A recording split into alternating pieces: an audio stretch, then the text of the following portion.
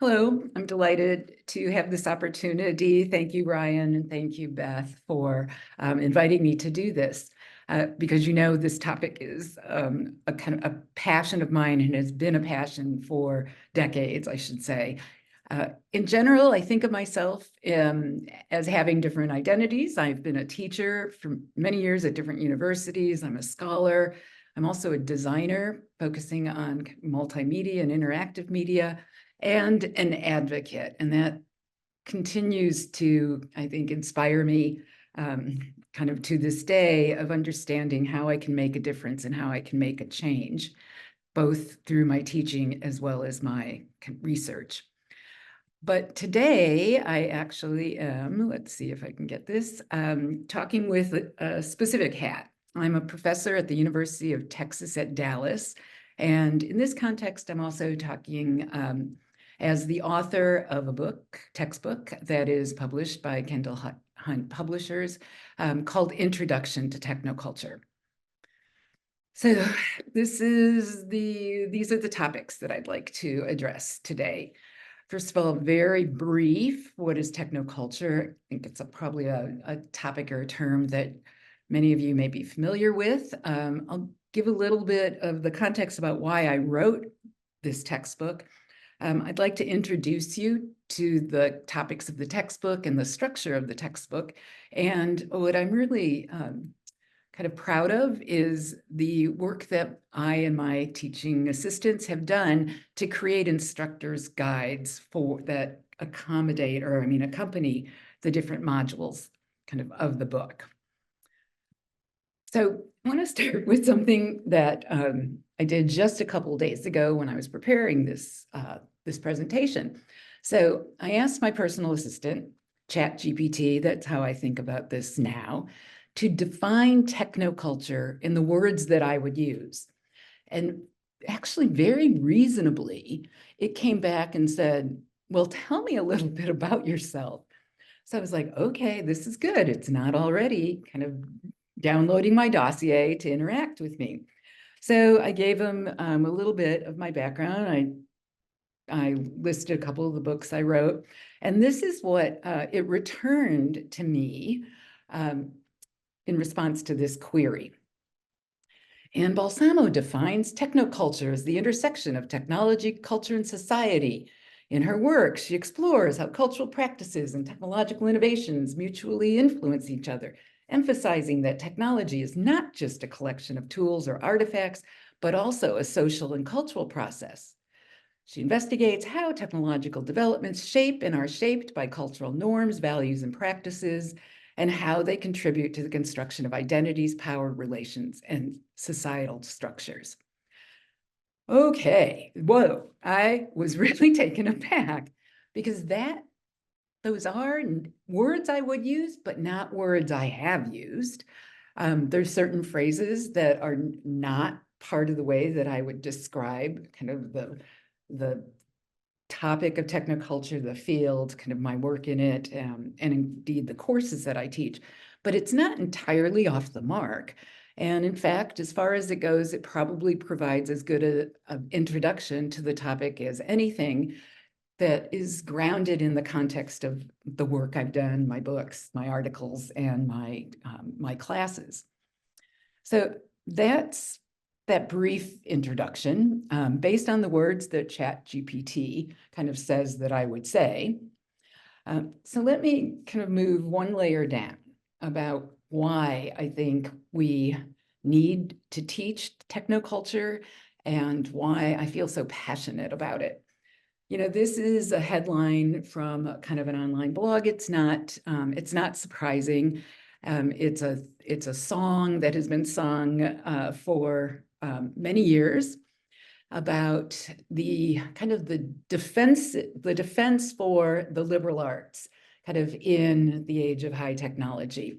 And there are many of these online postings and articles that really justify or identify the reasons why we need students who are trained in the liberal arts to get involved with the kind of technology that is kind of shaping and reshaping kind of our everyday lives.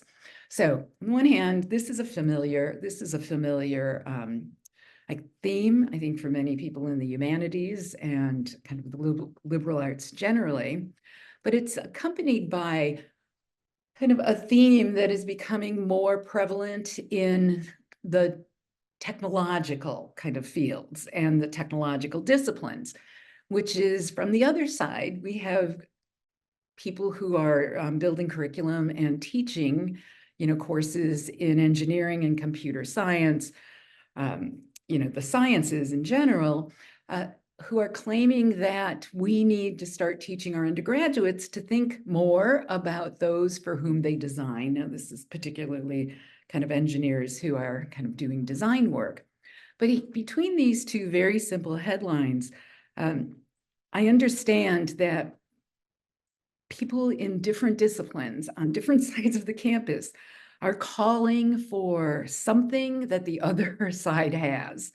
And that is, for me, the kind of promise of technoculture. It is a kind of an approach that it is grounded in the kind of abiding questions of the humanities and the liberal arts, which are questions having to do with culture, how culture changes, how it persists, and also addresses the technologies, not only that are emergent and are being developed kind of in our labs and in our kind of industries, but also the technologies that have existed over time. So the reason I want you to kind of participate in this webinar is because I think this topic of technoculture kind of is vital for kind of our moment in which we're trying to address kind of these needs for our young ones across the disciplines. So when I think about my students, I kind of wonder what worlds they live in. UTD is a STEM university. Most of the students who show up in my classroom are going to be game, animation, computer science, biology, natural sciences. The minority of students would be those who have kind of an interest in cultural studies, literature, philosophy, visual studies. So that is the tenor of this university, which for me is the perfect place to introduce and teach a course called Introduction to Technoculture. They're avid gamers. I learn a lot about what they see in their world and the realities that they engage kind of more frequently than they pretty much do anything else. And, these are some of their very popular games. Of course, you would know this, probably teaching the kind of same level of students. And for every game that, for me, doesn't appeal to kind of my sensibilities, there are these games that are simply beautiful. And I just picked 3 from a game company, a small indie game company called That Game Company. Their games are beautiful, and if you do have a gamer in your life or students, I can't recommend them enough as a different way to approach the creation of a gaming world. They are students who are very familiar with technologies being personified and technologies that they kind of take as kind of personal companions. So this is just a shot of a kind of Boston Dynamics by kind of bipedal kind of robot. And the video is about how Boston Dynamics could make the robot express its love for you. And the question that accompanies, can a robot love me? So they understand this is their world. Machines are, are kind of at the ready for them. I call attention in the very beginning of the course I teach to the way in which we invest objects with kind of affect and meaning, and how we develop actually pretty intimate and kind of emotional connections to the technologies that kind of populate kind of our worlds. from this, I asked them, and in fact, the trajectory of the book is to ask them to consider, if this is where we are now, where are we going? And what role are you playing in kind of the future that we're building right now? And I'm going to show you a video that I show them that was created actually a decade ago by a young artist who was imagining kind of what culture and our world would be like if everything that was going on now, including gamification and augmented reality, if that all became kind of real. And I'm not going to show you this whole thing because it's 6 minutes long, but the video is called Hyperreality, and it shows the convergence of gaming, augmented reality, ubiquitous kind of network, sensor nets, and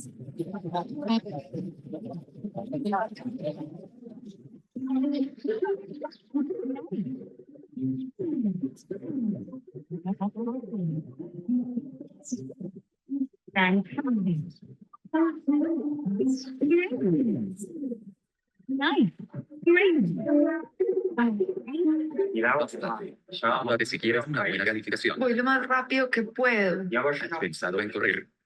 Es saludable y eficiente. Seguro que no hay más trabajos disponibles. Yo estudié para ser profesora y estoy haciendo mercados. Y además puedes quedarte con los puntos de fidelización. Eres una noche afortunada. Tienes que confiar en la aplicación. Te sientes inspirada. Gracias. Chao.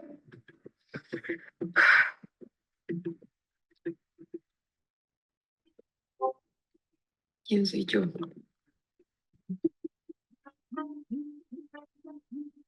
No, no es lo que quiero decir. ¿Para dónde voy? No. Voy a volver a empezar.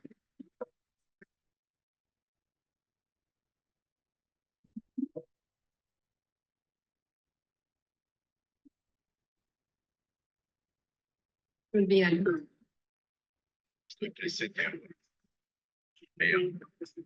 Estoy libre de mi ira. so let me see if I can just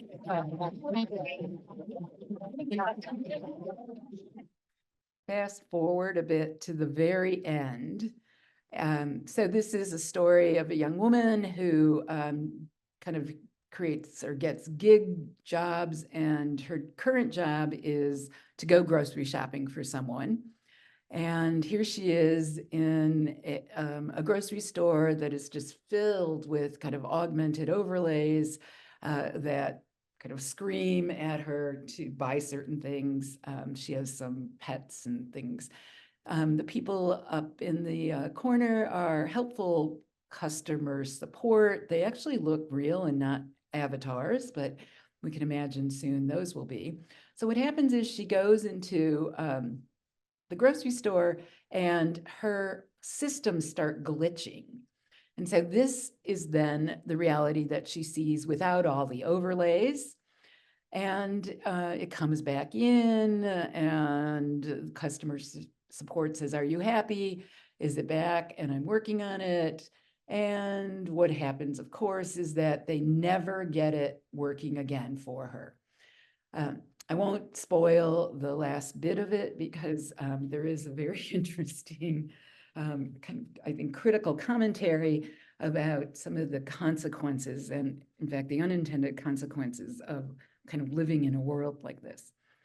Now, I try to give my students, for as much as I put in front of them these kind of critical kind of views of the future, I also try to find the places where the people are doing things in the very same fields and disciplines that they're in, are doing things to serve the greater good or kind of the broader kind of cultural well-being of our nations and our societies.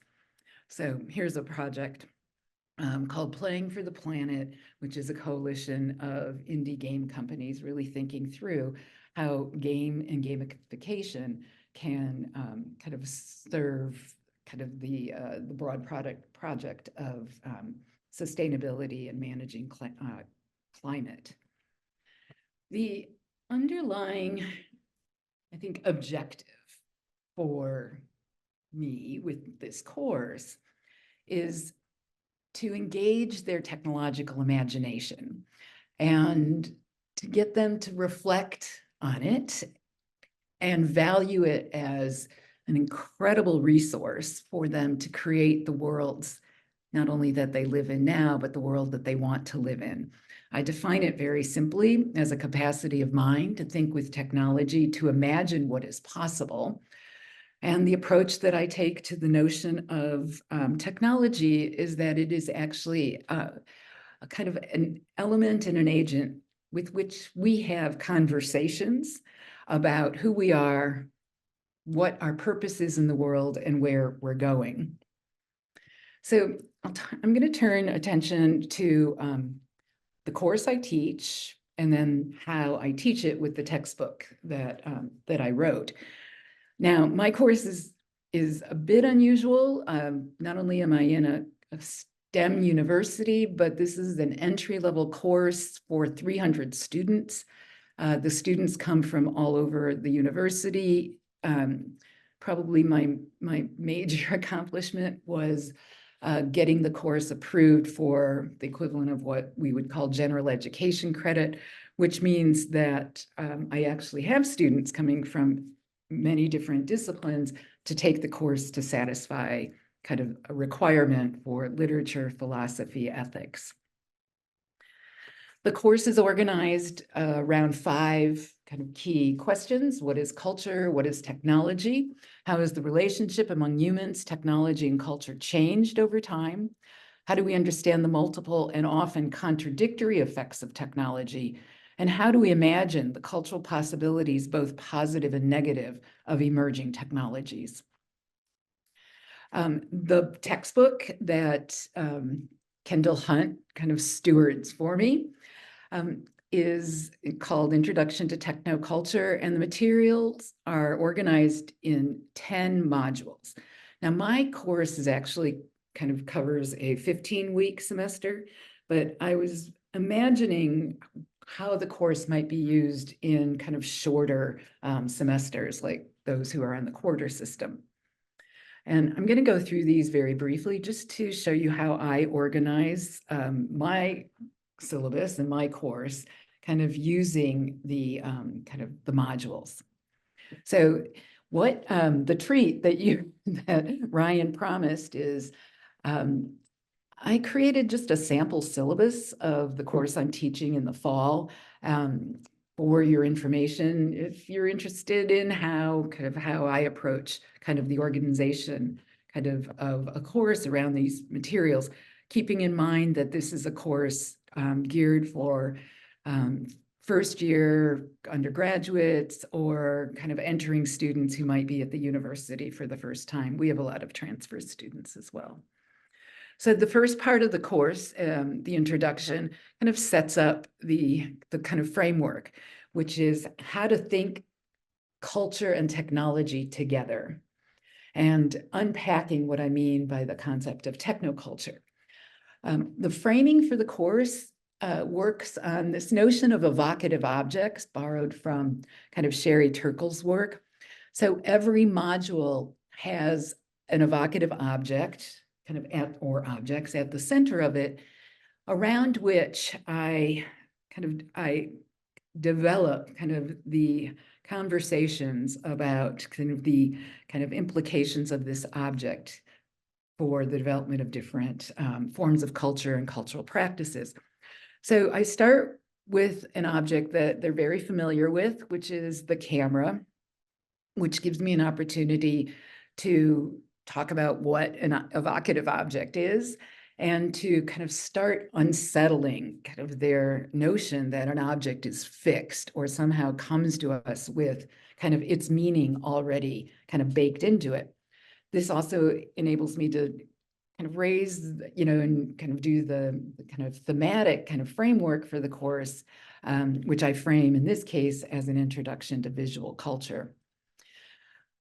When I turn my attention to the question of what is culture, there are 2 modules that present, again, kind of building off of this kind of notion of visual culture, two modules that present kind of the kind of dominant sense making that has shaped culture kind of, throughout the years. The first is, of course, making meaning for the eye, visual, literate culture.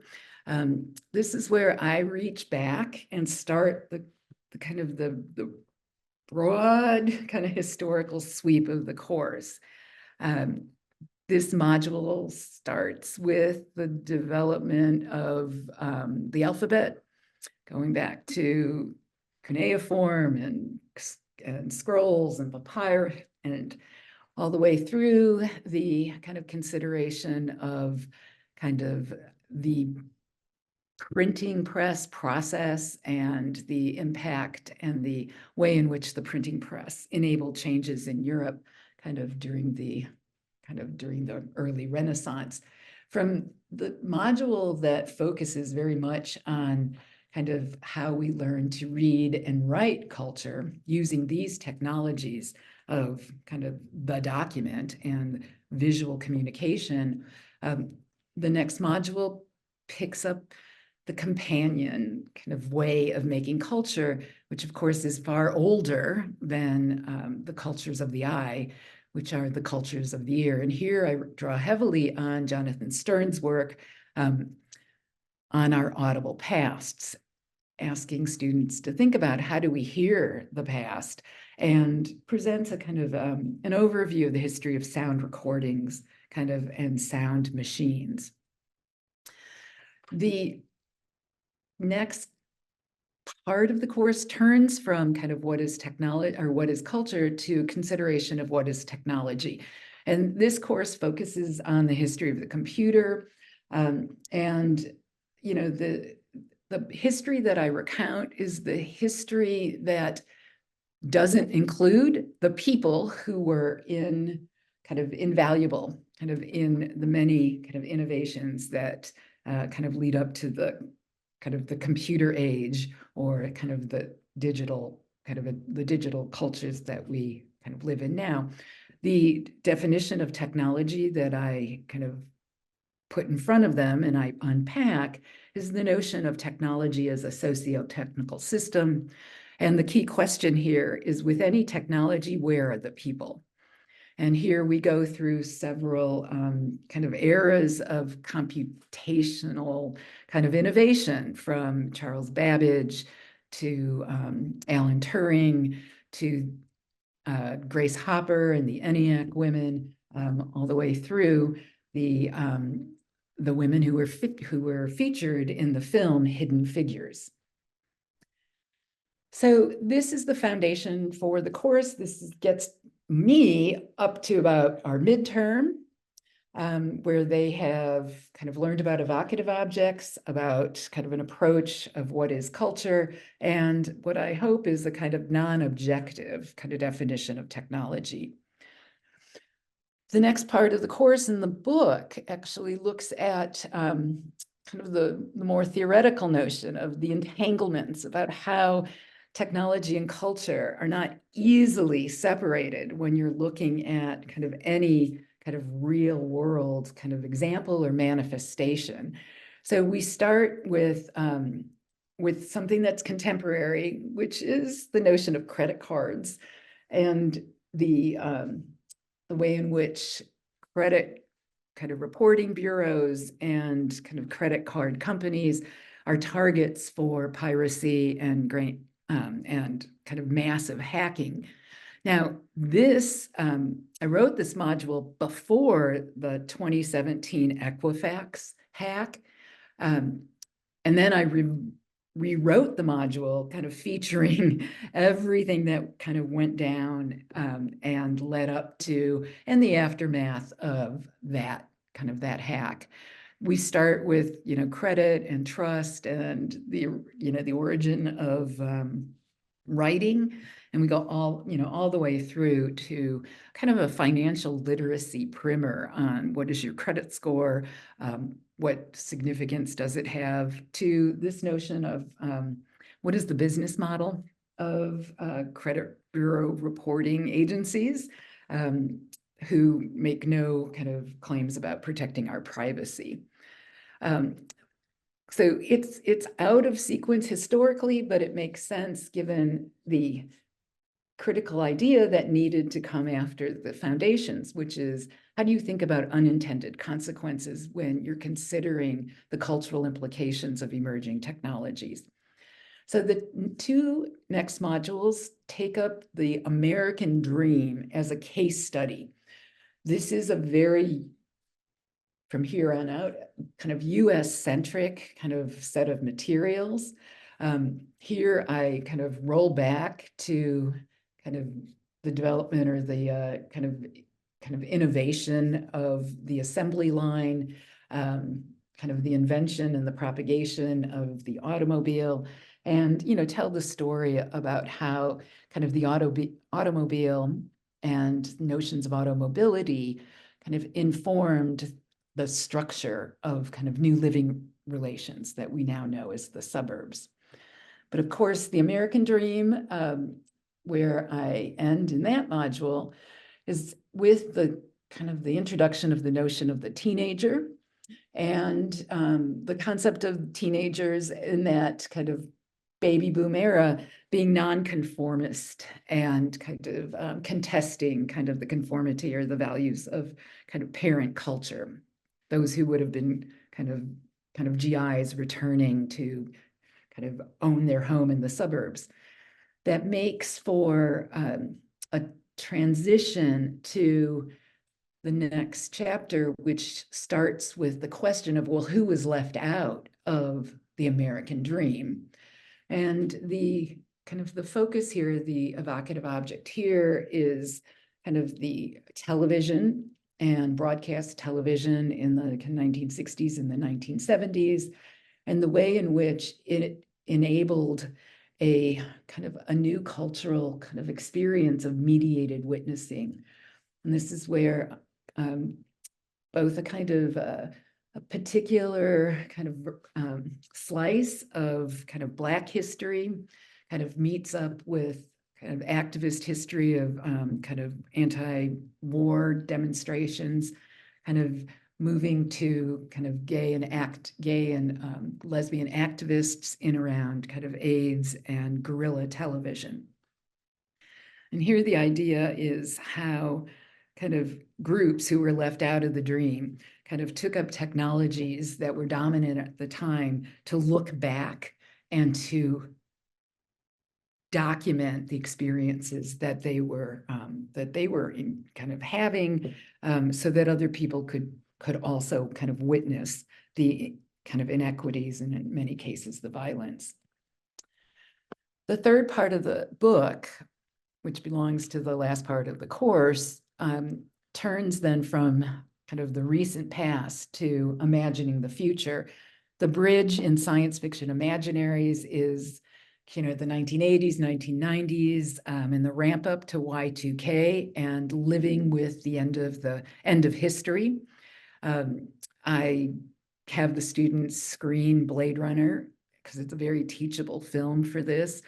And we go through kind of the popular culture of cyberpunk and how it turned kind of the kind of countercultural kind of resistance of the baby boom children kind of into kind of a whole popular cultural lifestyle that focuses now on kind of the engagement with new technologies to bring down not parent culture, but kind of consumer culture, capitalism, and kind of multinational kind of corporations.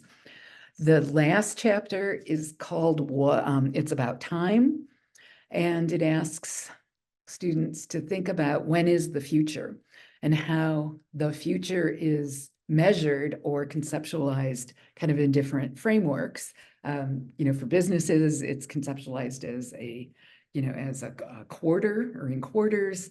And the future for us is changing so quickly. And I introduced the notion of exponential culture and how the kind of rate and the velocity of technological adoption has increased immensely, kind of even in the last 10 years.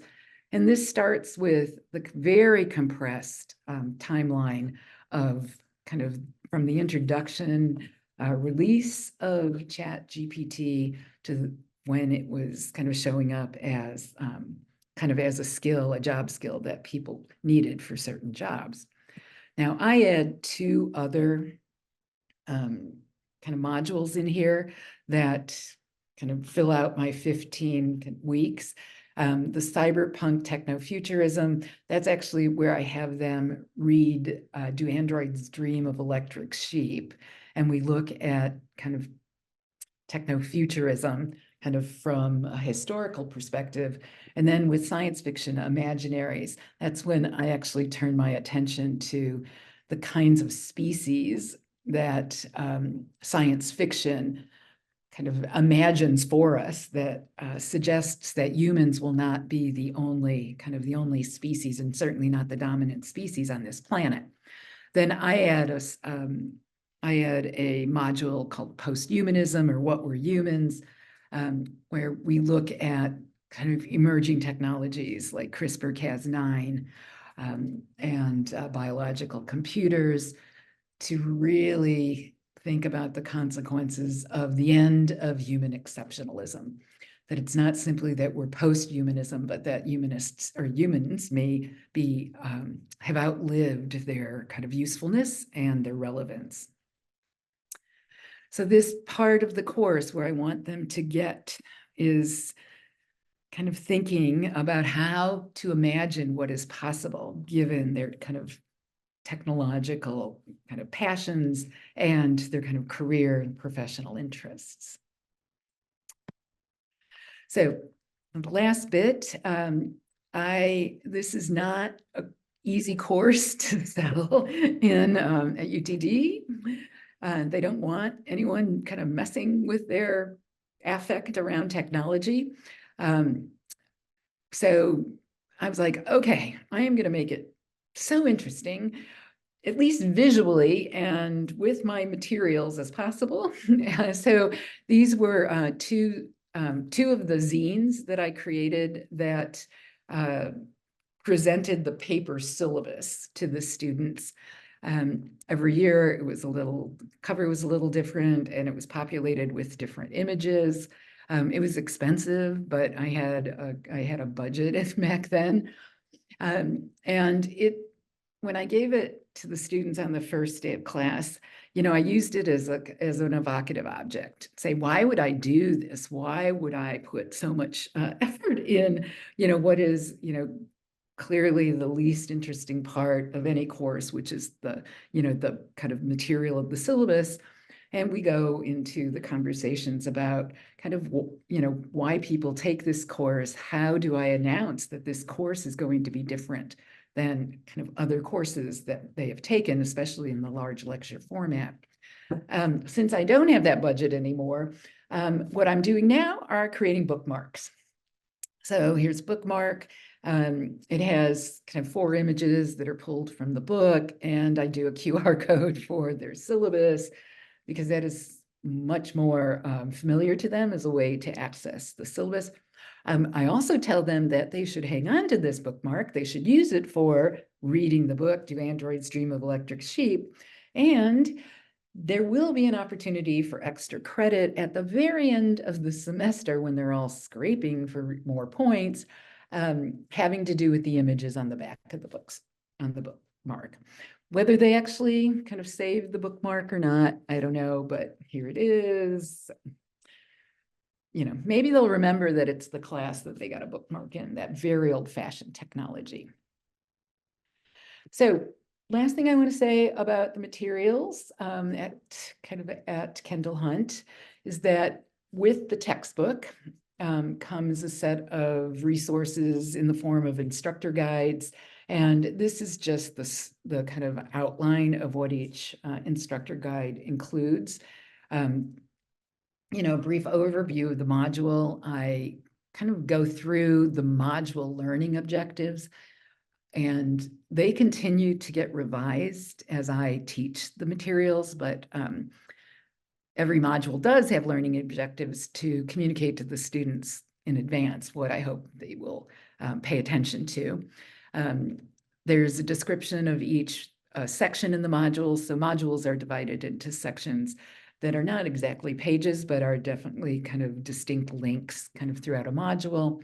And each module includes 2 assessment exercises, what I call a kind of warm-up exercise of 3 questions that just kind of gets them to focus on what the topics and the content of the module will be, and then a kind of wrap-up exercise, another 3 kind of questions that asks them to reflect on or kind of bring forward some of the information and the material that they've read in the module. The instructor guide includes a set of links to TechnoCulture in the news. These are updated as my teaching assistants kind of get new links. They're actually going to go through the instructor guides right now to check to make sure all the links are still live. And I include additional resources that are kind of more scholarly in nature. And then the last part of the instructor's guide includes sample discussion questions that I or my teaching assistants have used to stimulate discussion. Now, these are mostly teaching assistants who are working with 25 to 30, kind of 30 student kind of sections. So discussion is very kind of central to the pedagogy of discussion of their sections. I do use some of these in the large lecture to kind of break up the, the kind of rhythm of the 75 minutes kind of session that I run. And then the last part are sample creative exercises. So for each module, I include 1 or 2 or more of the creative exercises that we have come up with to engage the students with the kind of material kind of in the textbook and the materials that I present kind of in, the large lecture. These exercises in my class are not graded. That's why I call them creative exercises.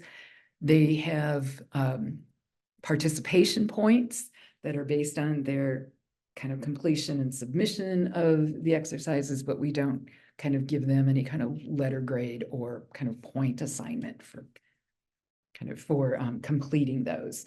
It gives us, all of us, a way to kind of keep up and keep track of the participation of 300 students who are, of course, distributed across my teaching assistants. And I think right now we have 12 discussion sections, and I have 6 amazing teaching assistants, all of whom are doctoral students in the PhD program in art, technology, and emerging culture.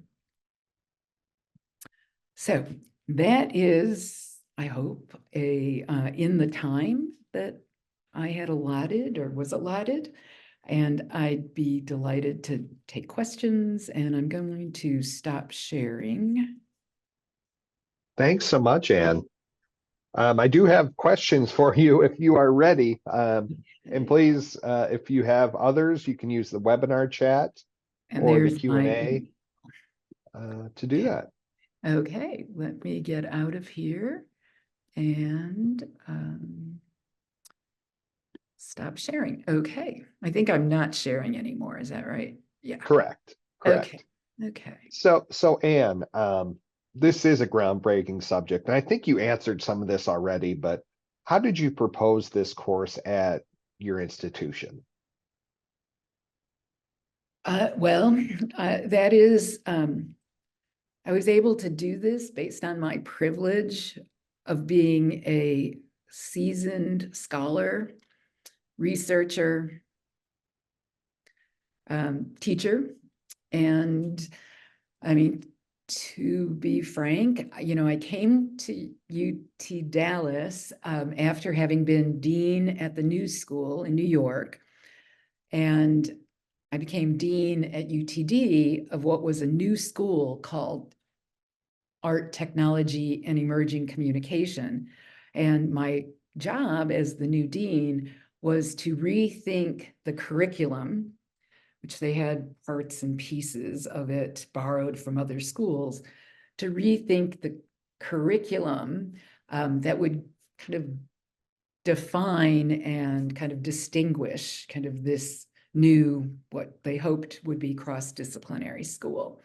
So that is truly a once in a career opportunity, something I had never even thought I would ever be able to do, but I did it, and did it with the kind of authority of a dean whose charge was to guide and shape and collaborate with the faculty on the creation of a new curriculum that drew kind of from all the disciplines of the faculty, which was games, animation, critical media studies, kind of design and art and science.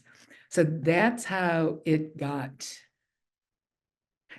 was initiated.